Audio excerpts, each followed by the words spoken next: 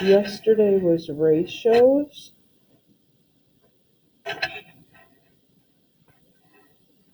Oh, can't forget about you guys.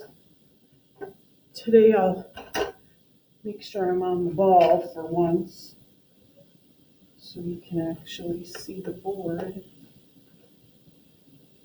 So yesterday we did ratios, a comparison of two numbers, a comparison of two numbers. A ratio of 4 to 21, a ratio of -2 to 15a. Well, today when you put two ratios together and set them equal to each other, that's called a proportion. So today we're going to solve problems with proportions. And I'm pretty sure you already know how to do this. What do you have to do to solve this one? It's called cross multiplying, right? The value that you get when you multiply across, top and bottom, what do you get when you multiply 21 times -2? I think it's -42.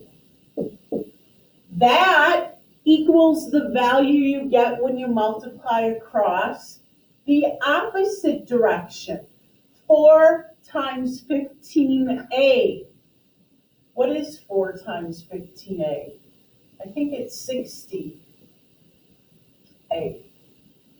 And then what do you do to finish solving that? You have to get rid of the 60. This is times, 60 times a. So the opposite would be to divide by 60. Divide by 60. And what do you get? I think that we should write these as decimals. Would you like to write them as decimals? Helps if you turn the calculator on. -42 divided by 60. And I get -0.7. A is equal to -0.7. Remember, we're solving it. We want to know what is A equal to. A is equal to -0.7, right? How about this one? There's no bottom number. Remember, we're going to cross multiply. So in order to cross multiply, you have to put a bottom number. What do you assume that bottom number is? 1. So put the bottom number and then multiply this top with the opposite bottom. 3 times 1 is 3. And then the other top with the opposite bottom, 8 times x, 8x, right? And then to get rid of this 8, what do? Right, divide. What is 3 divided by 8? You're double checking me, aren't you? I get 0.375. Is that what you get? Yeah? Are we good so far? Shake your head if you already know how to do this. Just go like this if you already know how to do it. Yes. Well, how about this one? You have to be careful because up here you have 2 terms, not just 1. So what you're going to do, very first thing, is put parentheses around that. And then you're going to multiply top with the opposite bottom. 2 times 3, that's 6. And then you're going to multiply this top with the opposite bottom. But be careful. It's that bottom times all of the top. And if I were you, I would write it like that first. I would write it like this first. The more you try to cram into one step, the more likely you are to make a mistake. So 15 times all of this. So before you can do anything, you've got to multiply this out. 15 times x and 15 times negative 4. What's 15 times negative 4? Negative, I think, right? Now we're going to have an extra step to solve it because before we can do anything, we've got to get the x stuff by itself, which means we've got to get rid of the minus 60. How do you get rid of the minus 60? Right, you add it.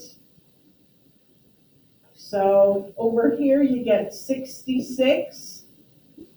You got the 15x and negative 60, positive 60, that cancels out, right?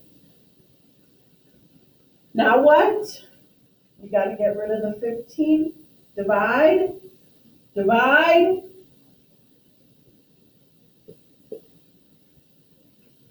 66 divided by 15. I get 4.4. Is that what you get?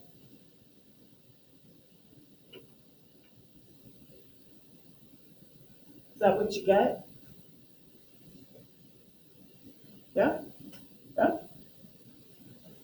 One more. Oh, look at this one. Now I've got two of them. They both have two terms. So we're going to put parentheses around those, and then we're going to cross. 6 times that thing. 6 times 2n minus 3. And that's equal to the other top times opposite bottom. Top times opposite bottom. That means I've got 5 times n plus 2. And I would like you to write it out like that first, please. I would like you to write it out like that first, please. I would like you to write it out like that first, please. I would like you to write it out like that first, please. And then you can multiply. What do you get here? 6 times 2n, 12n. 6 times negative 3, negative 18. So far, so good? Then we'll multiply out 5 times n, 5n. 5 times 2. Now I have n's on both sides. I got to get all the n's together first. I've got a 12n and a 5n on the other side. We need to get those together. So minus 5n, minus 5n. 7n. And over here that goes away. Now I have all the n's together. I need to get rid of what's with it. I have to get rid of the minus 18. So plus 18 plus 18. So I have 7n over here. That goes away. So just 7n, 10, 18. I think that's 28. And then your last step, divide by 7. Oh, look at, we got one that comes out even. 28 divided by 7 is 4. Yay. A whole number. Make sense? Do you have questions? I mean, questions other than, are you done yet? Do you have questions? Are there any questions?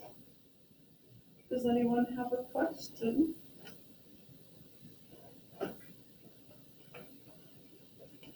I guess there aren't any questions, Liv. I wouldn't assume that there's. I don't think so. I don't think there's any questions. How about an assignment? Is that page 294, 295? Oh, it's mostly 295. 295, I've got page 295. I've got page 295. I have WE 1 to 29 odds. Odds today. And I'm not even going to write odds and evens or, just odds. Just the odds today.